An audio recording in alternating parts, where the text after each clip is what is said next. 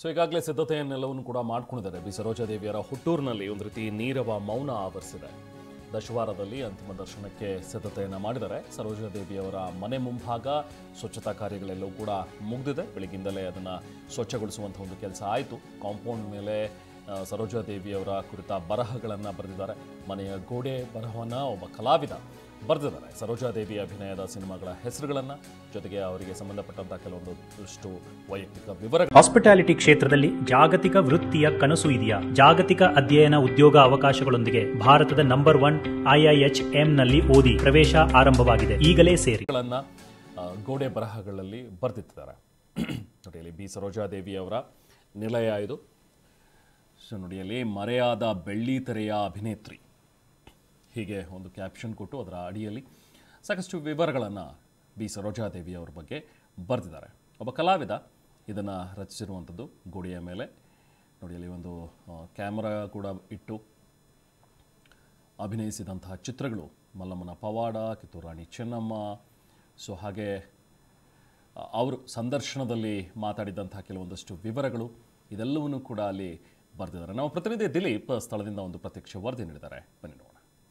ಹಿರಿಯ ನಟಿ ಬಿ ಸರೋಜಾದೇವಿಯವರು ನಿನ್ನೆ ವಿಧಿವಶರಾಗಿರುವಂಥದ್ದು. ಇವತ್ತು ಅವರ ಹುಟ್ಟೂರಿಗೆ ಪಾರ್ಥಿವ ಶರೀರವನ್ನು ತರಲಾಗ್ತಾ ಇದೆ. ಇವತ್ತು ಹುಟ್ಟೂರಾದಂಥ ದಶಾವರದಲ್ಲಿದ್ದೀನಿ. ದಶಾವರದ ಮನೆಯನ್ನು ತೋರಿಸ್ತಾನೆ ದೃಶ್ಯದಲ್ಲಿ. ಈಗ ಸದ್ಯಕ್ಕೆ ಈ ಒಂದು ಮನೆಗೆ ಬೆಂಗಳೂರಿನಿಂದ ಪಾರ್ಥಿವ ಶರೀರವನ್ನು ತರಲಾಗುತ್ತೆ. ಆ ಕಾರಣದಿಂದಾಗಿ ಮನೆಯ ಸ್ವಚ್ಛತೆ ಮಾಡುವಂಥ ಕೆಲಸವನ್ನು ಕೂಡ ಇಲ್ಲಿ ಸಿಬ್ಬಂದಿಗಳು ಮಾಡ್ತಾ ಇರುವಂಥದ್ದು. ಯಾಕಂದರೆ ಇಲ್ಲಿ ಒಂದು ಪಾರ್ಥಿವ ಶರೀರವನ್ನು ಇಟ್ಟು ಗ್ರಾಮಸ್ಥರು ಮತ್ತು ಸುತ್ತಮುತ್ತ ಗ್ರಾಮಸ್ಥರಿಗೆ ಪಾರ್ಥಿವ ಶರೀರದ ಅಂತಿಮ ದರ್ಶನಕ್ಕೆ ವ್ಯವಸ್ಥೆಯನ್ನು ಮಾಡಿಕೊಳ್ಳಲಾಗ್ತಾ ಇದೆ.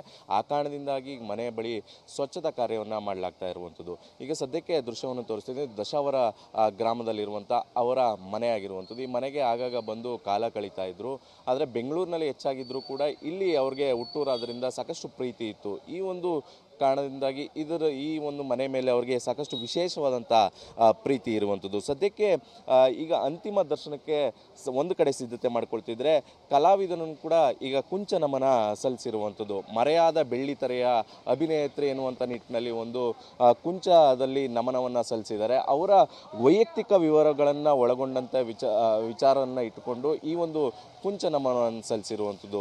ಈ ಒಂದು ಅವರು ಏನೋ ಮೊದಲನೇ ಚಿತ್ರ ಯಾವುದು, ಜೊತೆಗೆ ಅವರು ಅಭಿನಯಿಸಿದ ಯಾವುದ್ಯಾವುದು ಚಿತ್ರಗಳು, ಯಾರ ಜೊತೆ ಅಭಿನಯಿಸಿದ್ರು, ಮತ್ತು ಅವರು ಪ್ರಮುಖವಾಗಿ ರಾಜ್ಕುಮಾರ್ ಅವರಾಗಿರ್ಬೋದು, ಉದಯ್ ಕುಮಾರ್ ಅವರು, ಕಲ್ಯಾಣ್ ಕುಮಾರ್ ಅವ್ರ ಜೊತೆ ಮಾಡಿದ ಕೆಲಸದ ವಿಚಾರವಾಗಿರ್ಬೋದು, ಇದೆಲ್ಲವನ್ನು ಒಳಗೊಂಡಂಥ ಈ ಒಂದು ಕುಂಚ ನಮನವನ್ನು ಕಲಾವಿದ ಸಲ್ಲಿಸಿರುವಂಥದ್ದು. ಇನ್ನೇನು ಕೆಲವೇ ನಿಮಿಷಗಳಲ್ಲಿ ಪಾರ್ಥಿವ ಶರೀರ ಹುಟ್ಟೂರಿಗೆ ಬರಲಿದೆ. ಹುಟ್ಟೂರಿಗೆ ಬಂದು ಇಲ್ಲಿ ಕೆಲ ಕಾಲ ಅಂತಿಮ ದರ್ಶನಕ್ಕೆ ವ್ಯವಸ್ಥೆ ಮಾಡಲಾಗಿದೆ. ಜೊತೆಗೆ ತದನಂತರ ಇಲ್ಲಿಂದ ಮೆರವಣಿಗೆ ಮೂಲಕ ಅವರ ತೋಟದಲ್ಲಿ ಅಂತಿಮ ಯಾತ್ರೆ ಮುಕ್ತಾಯ ಆಗುತ್ತೆ. ಅಲ್ಲಿ ಅವರ ಅಂತಿಮ ಸಂಸ್ಕಾರ ಮಾಡುವಂಥ ಕೆಲಸವನ್ನು ಮಾಡಲಾಗ್ತದೆ. ಈಗಾಗಲೇ ಎಲ್ಲ ಗ್ರಾಮಸ್ಥರು ಮತ್ತು ಅವರ ಅಭಿಮಾನಿಗಳು ಎಲ್ಲರೂ ಸೇರಿ ಒಂದು ಅಂತಿಮ ನಮನ ಸಲ್ಲಿಸಲಿಕ್ಕೆ ಸಿದ್ಧತೆಯನ್ನು ಮಾಡ್ಕೊಳ್ತಾ ಇರುವಂಥದ್ದು. ಕ್ಯಾಮ್ರಾ ಪರ್ಸನ್ ಗುರುರಾಜ್ ಜೊತೆ ದಿಲೀಪ್ ಚಡೋಳಿ, TV9 ರಾಮನಗರ.